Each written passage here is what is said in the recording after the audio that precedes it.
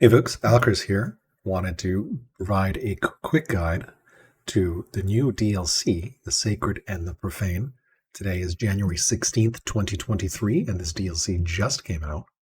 Super excited with this DLC. So, just looking at the Steam page, you can see what it has. 350 new events, which is pretty amazing. Clergy characters, which I'll get into in this guide. 10 new character traits, 6 historical characters, religious dissent mechanics that I'll also get into in this guide, and new cult city projects that are like shrines. Except for you can't build them, they happen through event, and I'll also get into that through this guide. Super excited. I think the price point for this event pack, 350 events, right around $5, very fair price. And really looking forward to playing this and excited to see Mohawk continue to create content for Old World. I still believe Old World is one of the greatest strategy games that's published in the last 10, 20 years, if not one of the greatest strategy games ever, just for its depth and complexity and all the way the systems interact. So I'm super excited to see Mohawk continue to develop, and I can't wait to see what they got next in the pipeline. So with that out of the way, let's get into talking about Clergy. Let's talk about Clergy. So Clergy are essentially an extra character you can have. And here's how you get Clergy. Click on the head of your state religion. Then you pick Induct into Clergy, and this option will only show up if you have valid characters available. Then you'll pick the character that you want to induct into the Clergy. It'll take 2 years and 100 civics and 2 orders. Generally, because that's pretty expensive, I'd recommend trying to pick a character that's pretty young. So here I'm looking through and trying to find someone who's decently young. Looks like we've got a 24-year-old character. Also, the head of Clergy will have a bigger chance to become the head of religion. If we hover over Cohen here, it tells us what Clergy does. It's a different name for every religion. You're excluded from succession, can't be a courtier, and can't be a family head, but has a 25% chance to become a religious head and increases opinion with your religion. So you can have as many clergy as you want. Of course, each one costs 100 civics and 2 orders, and it does give you 40 opinion with a religion. Keep in mind that the religion's opinion, in terms of the bonus that it gives to the family, is capped at 200. So there's no family opinion bonus going. There's no point in terms of family opinion bonus in going over 200 with a religion. So that's sort of a natural soft cap for Cohen. So let's make this 24-year-old builder induct into the Clergy, and in 2 years' time, we'll see that she has joined the Clergy. Now we see Kasadan as a member of the Clergy. We can then go back to the head of our religion and induct another person into the Clergy, should we so desire. Since our religion is not capped out, you'll see we're getting that plus 40 from Cohen. So we could potentially boost our opinion a little bit more with one more. We have some civics, so why not? Let's pick someone. You can actually remove heads of family this way because the Clergy cannot be a head of family. You can see here in the tooltip, cannot be a family head. So if we induct this oligarch who is upset with us, we can cycle her off from being head of the family. Now we see she's just been inducted into that. She's not been removed as head of family yet. I presume that will happen next turn. And indeed, we see that she has now been replaced with someone else as the head of the family. And if we don't like this guy, we can also induct him into the Clergy the same way. But he first needs to be converted to the right religion. You can't induct someone to the Clergy if they're not the right religion. So let's go ahead and convert him. And now that he's converted, we can induct him into the Clergy. And also access it from this menu on the character and then inducting him into the Clergy if you have a specific character you want to induct. That will then remove him from head of the family. Maybe we can get someone who likes us a little more, maybe. It's this guy, romantic versus bitter, not a fan. And now we see he's been inducted into the Clergy. And he will stop being the head of the family in a turn. And indeed, the head of the family is replaced. Now we have a 31-year-old tactician who's cautious. So induct into Clergy is definitely useful for cycling out oligarchs that you don't like. Of course, because it does increase the odds for them to become head of the religion later, it may come back to haunt you, and they'll become religion head and not like you, which is worse, I think, in some ways. So might not be the best idea to do that. But nonetheless, you can see how that interaction works.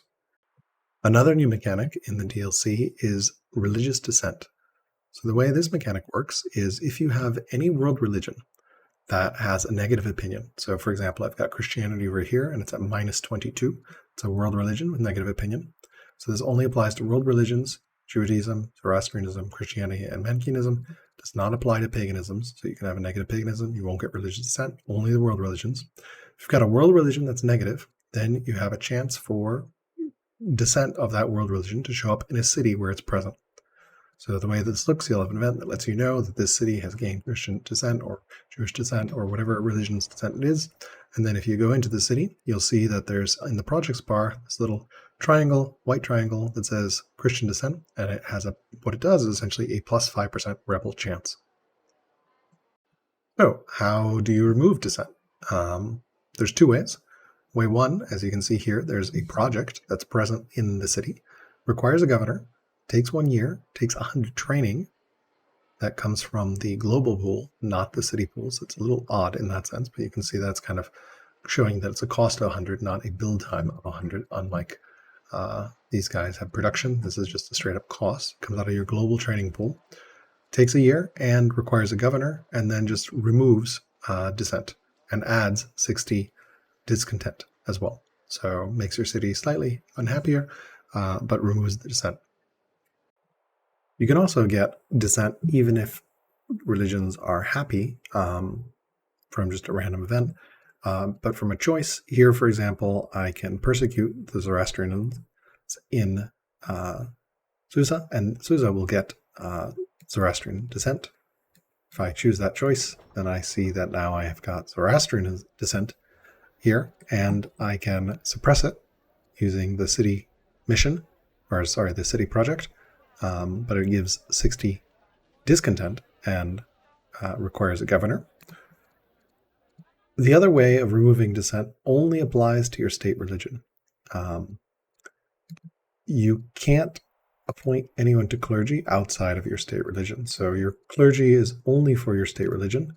So here I've got a lot of choices to induct into clergy, but for the Zoroastrians, if I click on their religious head, you'll see it says requires that the patriarch follows the state religion.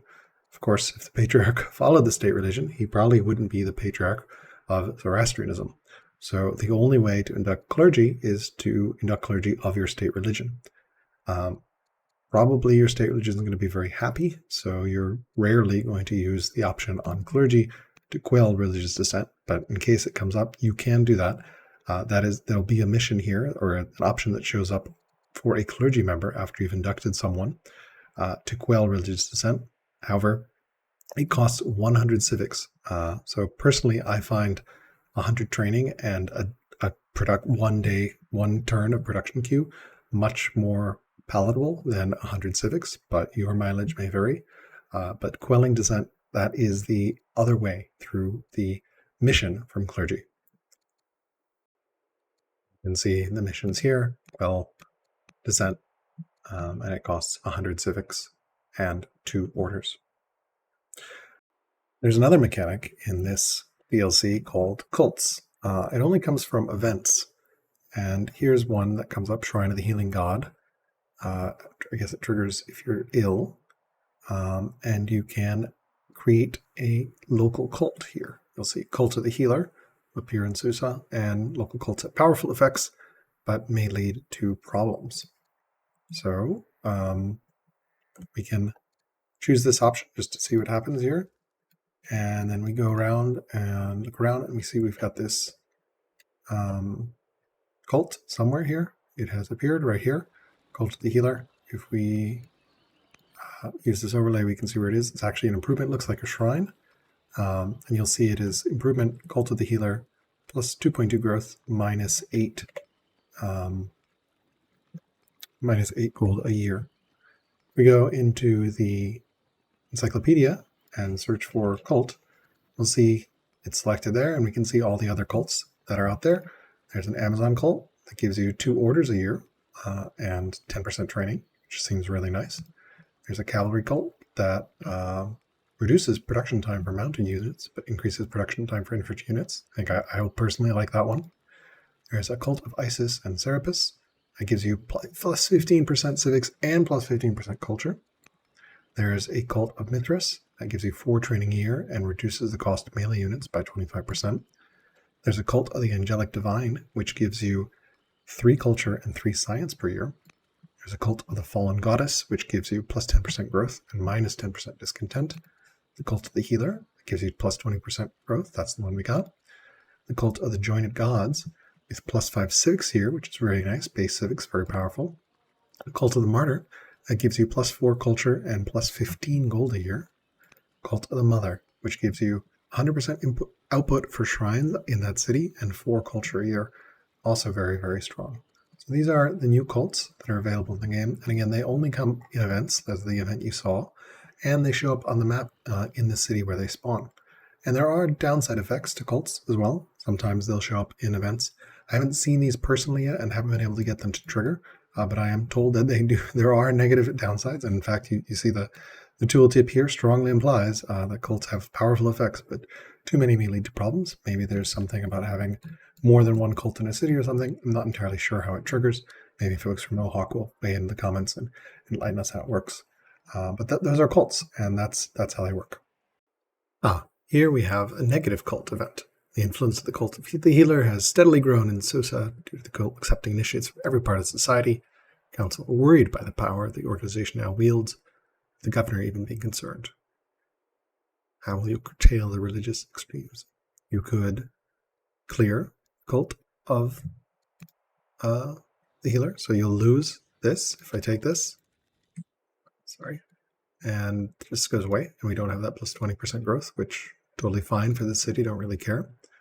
You could remove the governor, pisses him off, and that, for now, gets rid of the thing.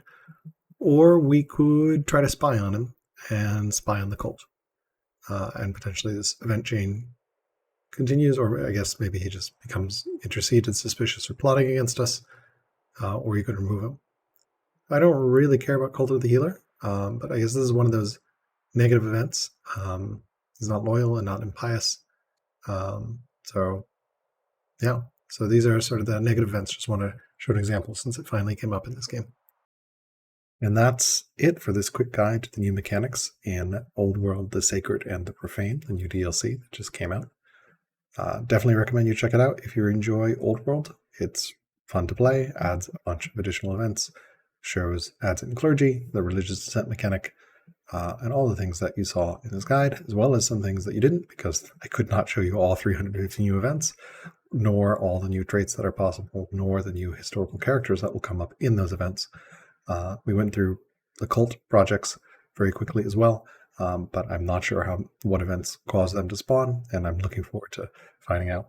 Have fun in the Old World, and take care.